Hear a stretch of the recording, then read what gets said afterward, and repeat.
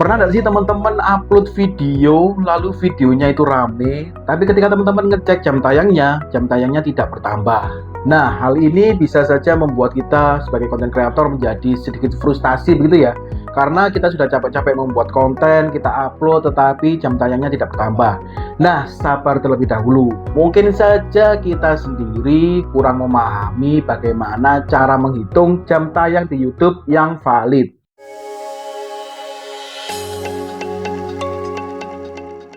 Oke, sebelum kita lebih lanjut untuk membahas tentang topik ini, kita bahas untuk basic ataupun dasarnya terlebih dahulu ya, yaitu jam tayang yang valid menurut YouTube itu yang seperti apa sih? Di web bantuan dari YouTube-nya sudah menjelaskan bahwa jam waktu tonton valid dari video panjang yang kalian tetapkan sebagai video publik. Nah, dari sini bisa kita tarik kesimpulan ada 2 poin penting yang perlu kita perhatikan untuk mengetahui jam tayang kita secara valid dari YouTube-nya begitu ya. Yang pertama yaitu tentunya harus dari video panjang. Kalau kalian mengecek dari video short ya tidak memungkinkan ya. Nanti akan saya bahas lebih detail. Lalu yang kedua, settingan ataupun konten teman-teman harus kalian setting ke publik ya. Kenapa kok harus demikian? Karena memang ada beberapa jenis konten ataupun video yang ternyata untuk jam tayangnya itu tidak diperhitungkan oleh pihak YouTube-nya ya. Ada beberapa di antaranya. Yang pertama yaitu ada video pribadi. Lalu yang kedua ada video tidak publik. Lalu yang ketiga ada video yang dihapus. Lalu yang keempat ada kampanye iklan. Lalu yang kelima adalah YouTube Short. Lalu yang keenam adalah live stream yang tidak disetting secara publik. Nah, itu tadi adalah jenis-jenis video. Jika memang ada jam tayangnya itu tidak akan dihitung oleh pihak YouTube-nya ya untuk prasyarat minimum sebagai YouTube program partner. Oke, kita bahas satu persatu. Untuk yang pertama dan yang kedua, settingannya kita setting di video pribadi ataupun tidak publik. Nah, jika teman-teman men-setting konten ataupun video teman-teman di setelan pribadi ataupun setelan tidak publik, itu tentunya yang pertama video teman-teman tidak bisa dilihat oleh sembarangan penonton gitu ya. Video teman-teman baru bisa dilihat jika teman-teman menyebar link baik itu di media sosial, mungkin di WA ataupun di IG ataupun teman-teman men-share linknya di Facebook seperti itu ya. Meskipun tidak bisa dilihat banyak orang dan yang melihat itu hanya dari link yang kalian sebar, itu kan tetap berpotensi untuk video kalian itu ditonton orang ya. Ya bisa jadi video kalian itu rame. Nah, tetapi permasalahannya jika teman-teman menyebar link lalu videonya rame, tapi setelahnya kalian setel di video pribadi ataupun tidak publik.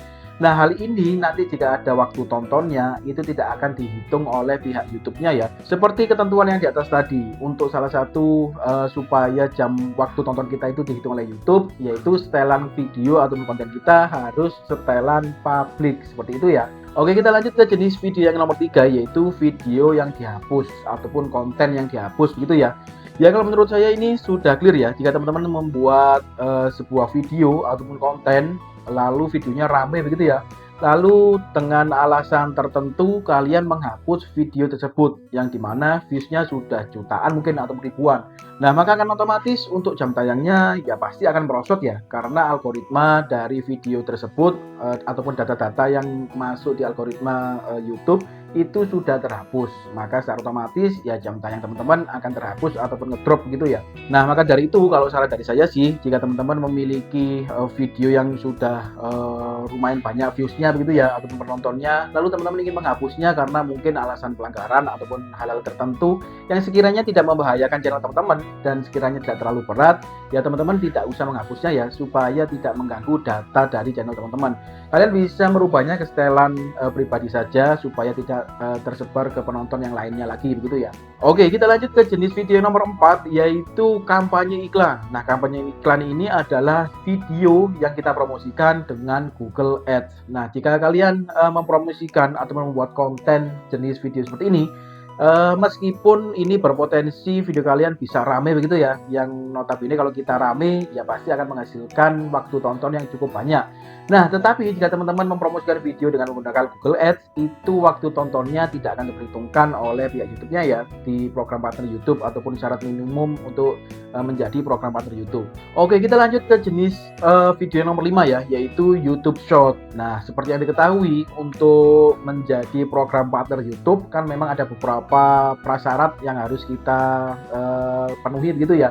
Nah, jika teman-teman membuat video short, lalu teman-teman berharap bahwa waktu tontonnya itu akan masuk ke syarat minimum 4.000 jam waktu tonton publik, kalian salah besar ya.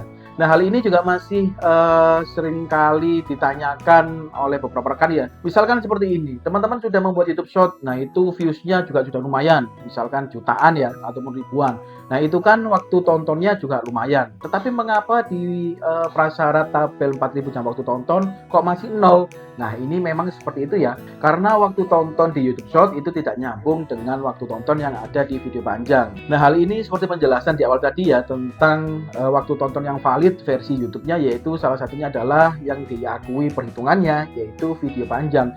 Karena kalau YouTube Short ini bukan dihitung waktu tontonnya tetapi dihitung penayangannya ya. Nah, untuk teman-teman yang mungkin masih awam begitu ya, supaya channel kita bisa dimonetisasi, itu kan bisa ada beberapa jalur ya. Yang pertama yaitu 4.000 jam waktu tonton publik, yang itu kita bisa dapatkan dari video panjang misalkan, ataupun dari live stream yang kita setelan publik ya. Atau kita juga bisa lewat jalur yang kedua, yaitu lewat jalur video short. Kita diminta untuk mengumpulkan 10 juta penayangan ataupun views ya. Jadi video short dengan video panjang itu berbeda ya untuk cara menghitungnya. Lalu jenis video yang terakhir yaitu live stream yang tidak di setelan publik. Ini seperti video panjang tadi ya. Jika teman-teman membuat live stream dengan tujuan supaya jam waktu tontonnya bisa meningkat secara cepat ataupun signifikan begitu ya. Tetapi teman-teman lupa untuk tidak setelannya secara publik, ya tentunya waktu tontonnya tidak akan masuk ataupun diperhitungkan oleh pihak YouTube-nya ya. Nah, oke, kita lanjut ke problem selanjutnya yang mungkin bisa terjadi. Misalkan nih teman-teman sudah membuat video panjang, tidak membuat video short begitu ya. Teman-teman sudah paham membedakan video panjang dan video short. Lalu video panjang teman-teman sudah kalian setel ke setelan publik. Lalu yang ketiga, teman-teman mungkin membuat live stream dan live streamnya juga teman-teman sudah setel ke setelan publik gitu ya. Tetapi untuk di tabel persyaratan penayangan waktu tonton publik ini itu kok masih tidak bertambah, Kak? Nah, hal ini mengapa? Nah, sebetulnya jawabannya ya ada pada tabel waktu tonton publik itu sendiri ya, yang kita bisa cek pada menu dolar di YouTube Studio kita. Nah, mungkin problem ini juga disebabkan karena mungkin kita kurang teliti ya untuk membaca keterangan-keterangan yang ada pada YouTube Studio kita ya. Nah, coba kalian perhatikan pada bagian ini. Pada bagian jam tayang ini terlihat menampilkan data per tanggal berapa begitu ya. Nah, untuk tanggal berapanya ini memang pada setiap channel itu akan mungkin berbeda, dan kalian melihatnya kapanpun itu juga akan mempengaruhi per tanggal berapa data kalian ini bisa dilihat begitu ya. Kalian bisa cek pada YouTube video teman-teman pada bagian menu dolar. Nah, misalkan nih teman-teman bisa lihat di sini kan tertulis per tanggal 16 April ya. Nah, kalau sekarang ini kan tanggal 22 April. Jadi ada sekitar selisih 6 hari begitu ya. 17, 18, 19, 20, 21, dan 22. Nah, misalkan teman-teman membuat video itu di tanggal 17 Aprilnya, lalu besoknya video teman-teman itu viral. Lalu teman-teman tiba-tiba kaget untuk melihat grafik penayangannya kok tidak bertambah. Ya pasti tentu saja tidak bertambah ya.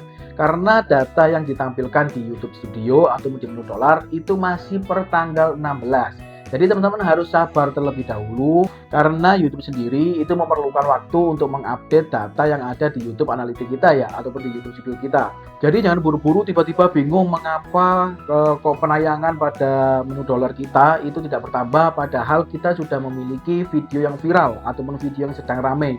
Ya kita lihat dulu per tanggal berapa data itu disajikan.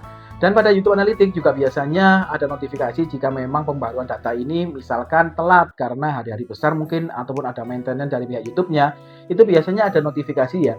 Nah, notifikasi-notifikasi dan keterangan-keterangan seperti ini itu yang perlu kita baca secara teliti supaya kita memahami dan tidak bingung ya menyikapi hal-hal yang semacam ini. Nah, kalau saran dari saya sih, daripada teman-teman bingung untuk menghitung jam tayang ataupun jam waktu tonton publik ini, lebih baik teman-teman fokus kepada konten teman-teman. Bagaimana cara editnya, mempelajari algoritmanya, memahami keterangan-keterangan seperti ini.